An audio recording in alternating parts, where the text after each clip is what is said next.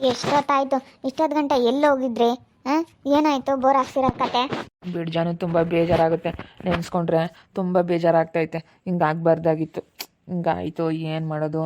So ನಾನು ಭಾಳ ಒಂಥರ ಆಸೆ ಇಟ್ಕೊಂಡಿದ್ದೆ, ಚೆನ್ನಾಗಿ ನೀರು ಬೀಳುತ್ತೆ, ತೋಟ ಮಾಡಬೇಕು, ಚೆನ್ನಾಗಿರುತ್ತೆ. ನಾವು ಒಂದಿನ ಯಾವಾಗಾದರೂ ಸಂಡೇ ಫ್ರೀಯಾಗಿದ್ದಾಗ ಹೋಗಿ ಬರ್ಬೋದು, ಚೆನ್ನಾಗಿರುತ್ತೆ. ಒಂಥರ ಗಿಡ ಮರಗಳನ್ನೆಲ್ಲ ಇಟ್ಟು ಚೆನ್ನಾಗೆ ನಾವು ಹೋಗಿ ಬಂದು ಸಂಡೇ ಟೈಮಲ್ಲೆಲ್ಲ ಹೋಗಿ ಟೈಮ್ ಸ್ಪೆಂಡ್ ಮಾಡ್ಕೊಂಬರ್ಬೋದು ಅಂತೇಳಿ ತುಂಬ ಆಸೆ ಆಗಿದ್ದೆ.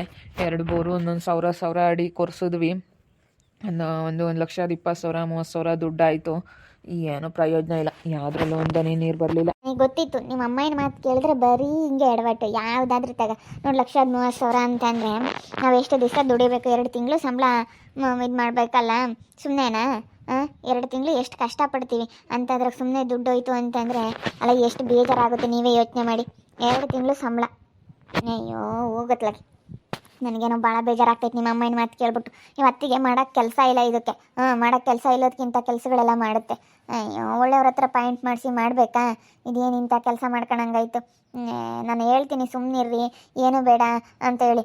ಏನಾದರೂ ಬೇರೆ ತೋಟಗಳು ಇರ್ತೈತಲ್ಲ, ಅಲ್ಲೇ ಹೋಗಿ ಕೂತ್ಕೊಂಡು ಒಂದು ಸ್ವಲ್ಪ ಟೈಮ್ ಸ್ಪೆಂಡ್ ಮಾಡ್ಕೊಂಡು ಬಂದ್ರೆ ಆಯ್ತು. ಇನ್ನು ಬೇರೆಯವ್ರು ಹಾಕಿರೋ ಮರಗಳನ್ನೆಲ್ಲ ನೋಡ್ಕೊಂಡು ಬಂದ್ರೆ ಆಯ್ತು. ಇನ್ನೇನು ಮಾಡೋಕ್ಕಾಗುತ್ತೆ? ಸುಮ್ಮನೆ ಇದ್ರೆ ಆಯ್ತಪ್ಪ, ಕೆಲಸ ಆಯ್ತು, ಆರಾಮಾಗಿ ಕೆಲಸ ಮಾಡ್ಕೊಂಡಿದ್ರೆ ಯಾವುದೂ ಇರಲ್ಲ.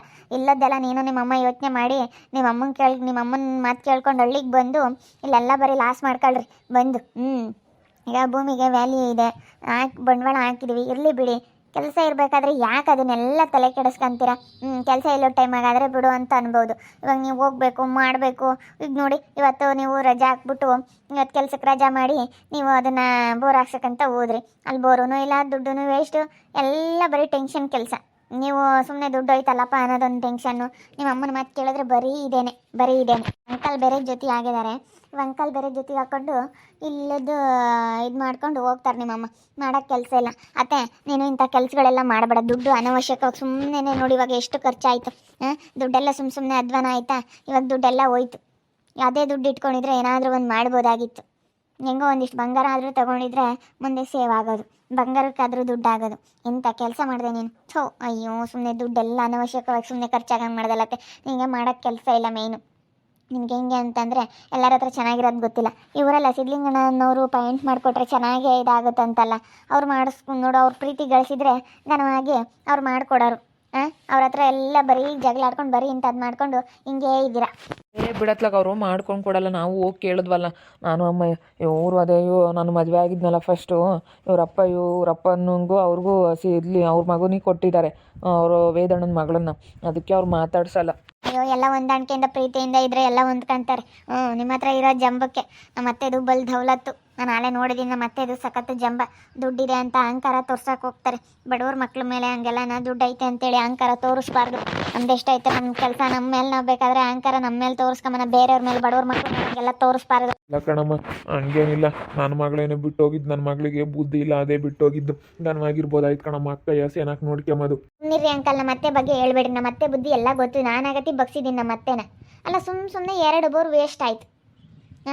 ಅವ್ರನ್ನ ಕೇಳಿಕೊಂಡು ಸ್ವಲ್ಪ ಸಮಾಧಾನದಾಗಿ ಹಾಕ್ಸೋಣ, ಅದೆಲ್ಲ ಏನಿಲ್ಲ. ಯಾವ ದೇವರು ಕೇಳಿಲ್ಲ, ಒಂದು ಶಾಸ್ತ್ರ ಕೇಳಿಲ್ಲ, ಏನಿಲ್ಲ. ಇಂಥ ಕೆಲಸಗಳೆಲ್ಲ ಮಾಡಬೇಕಾದ್ರೆ ದೇವ್ರಾಯಿತು, ಶಾಸ್ತ್ರ, ಅದು ಇದು ಟೈಮಿಂಗ್ಸು, ಯಾವ ದಿನ ಚೆನ್ನಾಗೈತೆ ಎಲ್ಲ ಕೇಳಿ ಮಾಡಬೇಕು. ಆ ಥರದಂಗೆ ಮಾಡಿ ನಾನು ಸ್ವಲ್ಪ ಸಮಾಧಾನದಾಗೆ ಮಾಡ್ಸೋಣ, ಅಣ್ಣನ ಹತ್ರ ಕೇಳಿಕೊಂಡು ಸಿದ್ಲಿಂಗಣ್ಣನ ಹತ್ರ ಅಂತ ಅಂದ್ಕೊಂಡ್ರೆ ಇಲ್ಲ, ಅವನ ಎದುರಿಗೆ ಹಂಗೆ ಹಾಕಿಸ್ತೀನಿ ಹಿಂಗೆ ಹಾಕಿಸ್ತೀನಿ ಅಂತ ಹಾಕ್ಸಿ ಎಲ್ಲ ಹಾಳು ಮಾಡಿ ಇಕ್ಕಿದ್ರಿ ದುಡ್ಡ. ನಿಮ್ಮಿಂದ ಏನೂ ಇಲ್ಲ, ಏನೂ ಉಪಯೋಗ ಇಲ್ಲ ನಿಮ್ಮಿಂದ. ಅಲ್ಲ, ಏನು ಮಾಡೋಣಮ್ಮ, ನನಗೆ ಹಿಂಗಾಗುತ್ತೆ ಎಂಬುದು ಏನು ಗೊತ್ತು ಬಿಡು. ನೀವಿಬ್ಬರು ಕೆಲಸ ಐತೆ, ಕೆಲಸ ಮಾಡ್ಕೊಂತೀರ. ಈಗ ನಾನು ಇವನ್ನ ಇಕ್ಕೊಂಡು ಕೆಲಸಕ್ಕೆ ನೋಡ್ಕೊಂಬನ. ಈಗ ಇವನ ಇದ್ದಾನಲ್ಲ ರಂಗಪ್ಪ, ನೋಡ್ಕೊಂತಾನೆ ಅಂಬದಕ್ಕೋಸ್ಕರ ನಾನು ಒದ್ದಾಡಿದೆ. ಈಗ ಅಕ್ಕ ಅಂತ ಚೆನ್ನಾಗಿ ಮಾತಾಡಿಸ್ತಾನೆ, ಕೂಲಿಯರ್ನೆಲ್ಲ ಕರೀತಾನೆ, ನಾವೆಲ್ಲ ಮಾಡಿಸ್ತಿದ್ವಿ. ನೀವೇನು ಅಲ್ತಕ್ಕೆ ಬರ್ದಿದ್ರೋಟೆ. ಇವನಿಗೇನು ನಮ್ಮ ಪಾಪಗೆ ಭಾನುವಾರ ಹಿಂಗೆ ಹೋಗೋಣ, ಕೆಲಸ ಇಲ್ದಾಗ ಹೋಗಿ ಹಿಂಗೆ ತೋಟದಾಗೆಲ್ಲ ನೋಡ್ಕೊಂಬರೋಣ ಅಂತ ಅವನು. ಎಲ್ಲ ಮಾಡಲಿ, ಒಳ್ಳೇದೇನೆ. ತೋಟ ಕಟ್ಟೋದೇನು ನಾನು ಇವತ್ತು ತಪ್ಪು ಅಂತ ಹೇಳ್ತಿಲ್ಲ. ಆದರೆ ಸ್ವಲ್ಪ ಸಮಾಧಾನದಂಗೆ ಮಾಡ್ಬೇಕು, ಇಷ್ಟೊಂದು ಆತ್ರದಂಗೆ ಮಾಡಬಾರ್ದು. ಒಬ್ಬರ ಮೇಲೂ ಸೇಡಿಗೆ, ನೀವು ಅವ್ರ ಮೇಲೂ ಸೇಡಿಗೆ ಹಾಕ್ಸಿರೋದಕ್ಕೆ ಹಿಂಗಾಗಿರೋದು. ಸ್ವಲ್ಪ ಪ್ರೀತಿಯಿಂದನೇ ಎಲ್ಲರ ಪ್ರೀತಿ ಗಳಿಸಿ ಎಲ್ಲರ ಹತ್ರ ಚೆನ್ನಾಗಿ ಇಟ್ಕೊಂಡು ನಾವು ಮಾಡಬೇಕು. ಆದಮೇಲೆ ಅವನ ಮೇಲೆ ಸೇರಿ ನೋಡು, ಅವನ ಎದುರಿಗೆ ಹಾಕಿಸ್ತೀನಿ, ಅವನ ಎದುರಿಗೆ ಹಂಗೆ ಮಾಡ್ತೀನಿ ಹಿಂಗೆ ಮಾಡ್ತೀನಿ ಅಂತ ಹೇಳಿ ಎಲ್ಲ ಹಾಳು ಮಾಡಿದ್ರಿ. ಹಿಂಗೆ ಹಾಳು ಮಾಡಬಾರ್ದು. ಯಾವುದೇ ಆಗಲಿ ಸ್ವಲ್ಪ ಬುದ್ಧಿವಂತಿಕೆಯಿಂದ ಮಾಡ್ಕೊಂಡು ಹೋಗ್ಬೇಕಣತ್ತೆ. ನಿನಗೆ ಗೊತ್ತಾಗಲ್ಲ, ಸ್ವಲ್ಪ ಸಮಾಧಾನದಂಗೆ ಮಾಡಬೇಕು. ಯಾರ್ದೋ ಮೇಲೋ ಸೇಡಿಗೆ ನಾವು ಆತ್ರದಂಗೆ ಮಾಡಬಾರ್ದು. ಸುಮ್ಮನೆ ಇವಾಗ ದುಡ್ಡೆಲ್ಲ ಹೋಯ್ತಾ, ಅಷ್ಟೊಂದು ದುಡ್ಡು ಎಷ್ಟು ಕಷ್ಟ ತಗೊಂಡು ನಾವು ಎಷ್ಟು ಕಷ್ಟ ಪಡ್ತೀವಿ, ಎಷ್ಟು ಟೆನ್ಷನ್ನು ಕೆಲಸದಲ್ಲಿ. ಅಂಥ ಕೆಲಸದಲ್ಲಿ ಎಷ್ಟು ಟೆನ್ಷನ್ ಇರಬೇಕಾದ್ರೆ ನೀನು ಹಿಂಗೆ ಮಾಡಿದ್ರೆ ಹೆಂಗತ್ತೆ? ಸ್ವಲ್ಪ ಸುಧಾರ್ಸೋಕ್ಕಾಗ್ತಿಲ್ವಾ? ನಾನು ಹೇಳಿದೆ ಇನ್ನು ಸ್ವಲ್ಪ ದಿನ ಸುಮ್ಮನಿರತ್ತೆ. ಇನ್ನು ಮೊನ್ನೆ ಇನ್ನೂ ರಿಜಿಸ್ಟ್ರ್ ಮಾಡ್ಕೊಂಡಿದ್ದೀವಿ, ಇನ್ನೂ ಸ್ವಲ್ಪ ಬೇರೆ ಅದನ್ನು ಅಳತೆ ಮಾಡಿಸ್ಬೇಕು.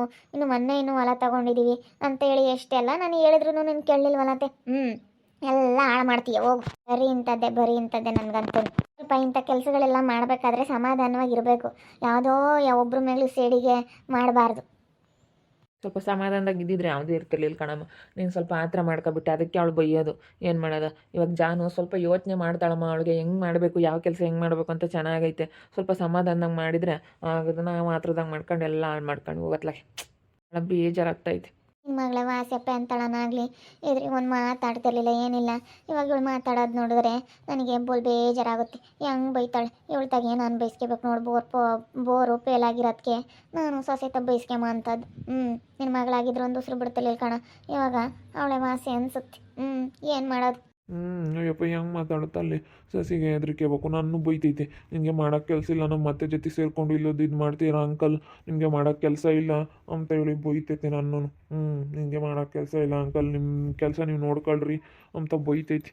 ಹಿಂಗಿದ್ಮೇಲೆ ನಾವು ಬರೋಕ್ಕಾಗಲ್ಲ ಕಣ. ಯಾಕ ದಿವ್ಯ, ನಾನೊಂದು ಮಾತು ಬೈದ್ರು ಸುಮ್ಮನಾಗಳಪ್ಪ. ಎಂದೆಂದು ತಿರುಗಿಸಿ ಒಂದು ಮಾತಾಡ್ತಿರ್ಲಿಲ್ಲ. ಮರಾಗಿತ್ತು ನಮ್ಮಮ್ಮ, ಇವತ್ತು ನೆನೆಸ್ಕೋಬೇಕು. ಒಳ್ಳೆ ಹುಡುಗಿ ಕಣಪ್ಪ. ಇವಾಗ ಅರ್ಥ ಆಗ್ತೈತೆ ಅವಳ ಬೆಲೆ ಏನು ಅಂತ. ನನಗೆ ಈಗ ಅರ್ಥ ಆಗ್ತೈತಿ, ಈಗ ಗೊತ್ತಾಗ್ತೈತೆ ಅವಳ ಬೆಲೆ ಏನು ಅಂತ. ಅವಳು ಎಂದೆಂದು ಒಂದು ಮಾತು ತಿರುಗಿಸಿ ಬೈದಾಳಲ್ಲ, ಏನಿಲ್ಲ. ಎಷ್ಟು ಚೆನ್ನಾಗಿ ಅವಳು ನಮಗೆ ಅಡ್ಜಸ್ಟ್ ಆಗಳು, ನೋಡ್ಕೊಂಬಳು. ನನ್ನ ಮಗಳು ನಮ್ಮನ್ನು ಇವಳು ಹೆಣ್ಮಗಳು ಅಂತ ನನ್ನ ಮಗಳನ್ನ ಒಂದಿನ ಕರೆಯಲ್ಲ, ಏನಿಲ್ಲ. ಯಪ್ಪ ಭಾರಿ ಜೋರು ಕಣಪ್ಪ.